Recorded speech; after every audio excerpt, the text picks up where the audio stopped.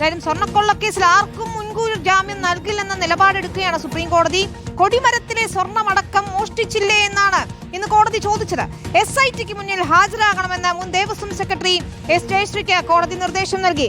സായ്കുമാറാണ് ചേരുന്ന വിശദാംശങ്ങളുമായി. സായ്കുമാർ, സ്വർണ്ണക്കൊള്ളയിൽ സുപ്രീം കോടതി കടുപ്പിച്ചുകൊണ്ടൊരു നിലപാടെടുക്കുന്നതാണ് നമ്മൾ ഇന്ന് കാണുന്നത്. മുൻകൂർ ജാമ്യാപേക്ഷയുമായി ആരും ഇങ്ങോട്ട് വരണ്ട. കൊടിമരക്കൊള്ളയിലെ, അതായത് നമ്മൾ പുറത്തുവിട്ട പല വാർത്തകളുമുണ്ട്. കൊടിമരക്കൊള്ളയുമായി ബന്ധപ്പെട്ട വാർത്തകളെല്ലാം റിപ്പോർട്ടറാണ് പുറത്തുവിട്ടത്.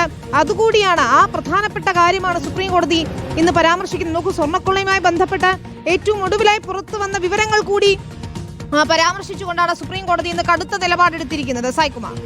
തീർച്ചയായും വിനീത, ഇന്നിപ്പോൾ ജയശ്രീയുടെ മുൻകൂർ ജാമ്യ ഹർജി പരിഗണിക്കവെയാണ് വളരെ നിശ്ചിതമായിട്ടുള്ള ഗൗരവമുള്ള ചില വിമർശനങ്ങൾ സുപ്രീം കോടതിയുടെ ഭാഗത്ത് നിന്ന് ഉണ്ടായത്. അതായത് കഴിഞ്ഞ ദിവസങ്ങളിൽ നമ്മളടക്കം കൊടുത്ത ശബരിമലയിലെ ഏറ്റവും പുതിയ കൊടിമരക്കൊള്ളയുമായി ബന്ധപ്പെട്ട വിവരങ്ങൾ, കൊടിമരത്തിലെ സ്വർണ്ണമടക്കം മോഷ്ടിച്ചില്ലേ എന്ന് പറഞ്ഞുകൊണ്ടാണ് ജയശ്രീയുമായി ബന്ധപ്പെട്ട് ഇനി ആർക്കും മുൻകൂർ ജാമ്യം കൊടുക്കേണ്ടതില്ല എന്ന് സുപ്രീം കോടതി കർശനമായി തന്നെ പറയുകയും ചെയ്തത്. SITയും ഒരു കാരണവശാലും ജയശ്രീക്ക് മുൻകൂർ ജാമ്യം കൊടുക്കരുത് എന്ന നിലപാട് തന്നെയാണ് കോടതിയിൽ പറഞ്ഞത്. അതായത് അന്വേഷണത്തെ ബാധിക്കും, അവരെ കസ്റ്റഡിയിലെടുത്ത് ചോദ്യം ചെയ്യേണ്ട ആവശ്യകതയുണ്ട്. അവർ ഒപ്പിട്ട് നൽകിയത്, അതായത് ദേവസ്വം ബോർഡിന്റെ നിർദ്ദേശങ്ങളെല്ലാം കാറ്റിൽ പറത്തിക്കൊണ്ടുള്ള നടപടികളാണ് ജയശ്രീയുടെ ഭാഗത്തു നിന്നുണ്ടായത്. അതുകൊണ്ട് അവരുടെ അറസ്റ്റും അവരുടെ കസ്റ്റഡിയും ചോദ്യം ചെയ്യലും എല്ലാം അനിവാര്യമാണ് എന്നാണ് സുപ്രീം കോടതിയിൽ SIT വാദിച്ചത്.